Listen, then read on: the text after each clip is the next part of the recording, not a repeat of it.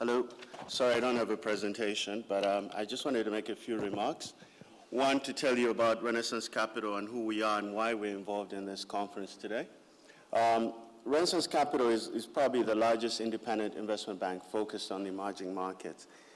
It was started in Moscow in 1992, moved into Africa in about 2007, and now is probably the largest footprint within Pan-Africa.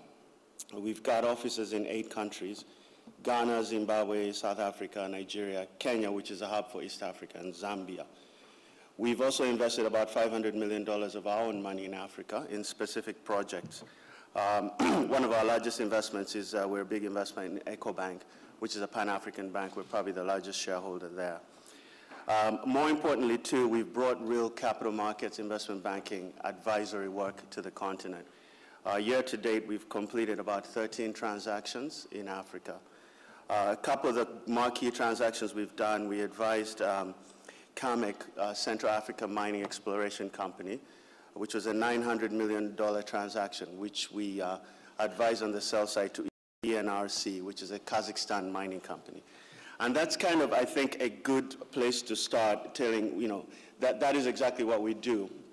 We sit at the forefront connecting the dots in very, very hard to find, hard places to do business like Africa. CAMEC was mining business with assets in the DRC and Mozambique, and we were able to pull that off and sell it to a Kazakhstan mining company. More importantly, we did one of our first transactions in Uganda where we managed to advise a Nigerian financial technology company to acquire an ATM switching network in Uganda. So we're very excited about being involved with this project. We're a very big believer in Africa. It's a big part of our business. Right now, it speaks for about 30% of our group revenues, but we estimate that that should be 50% in less than 5 years to come. So that's really an intro on Renaissance Capital. I'll just spend maybe 3 minutes to talk about why we think investing in Africa, and particularly in Uganda, is a very attractive thing, and why this is an important time to be doing it. A few points. First of all, there's a much lower correlation now with the sub-Saharan Africa and the rest of the world. Most of you may not know, but Kenya and Ugandan stock markets are up over 35% year to date. I think if you look at the BRIC markets or the European stock markets, you'll find that they've performed significantly less than that. So that lack of correlation with the equities in the Western markets, I think, is a very good reason for all of you to be looking at Africa.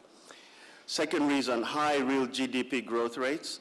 If you look at Uganda, Uganda has been the 16th fastest growing country in the world between 2000 and 2010, with a cumulative growth of 105%.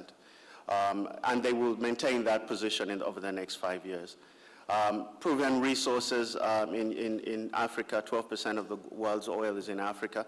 And also remember that Africa is probably one of the least kind of explored areas, so there's a lot to come. The China factor, Africa's growth, China's begun to do about $100 billion of trade with Africa. The acute infrastructure needs, any metric you look at, whether it's electricity, broadband, roads, etc., it's all very underpenetrated, even by Africa's standards, so it provides a huge opportunity. There's more and more interregional trade, which is attractive. I think, and Maggie touched on that, I think historically there was an over-reliance on trade with the West. But as these links and the East African community and all these different communities start to link up, you're beginning to see more and more inter-Africa trade. I think the political risks are overdone. If you look at the map of Africa, 72% of sub-Saharan Africa now lives in a free or partial democracy. So it's not as dark as it were before. And then, lastly, I think one of the most important things is the unbelievable demographics that Africa has. And I'll finish off by just giving an example of Uganda and Canada. Uganda is about 2% the size of Canada. They have the same population right now, about 34 million.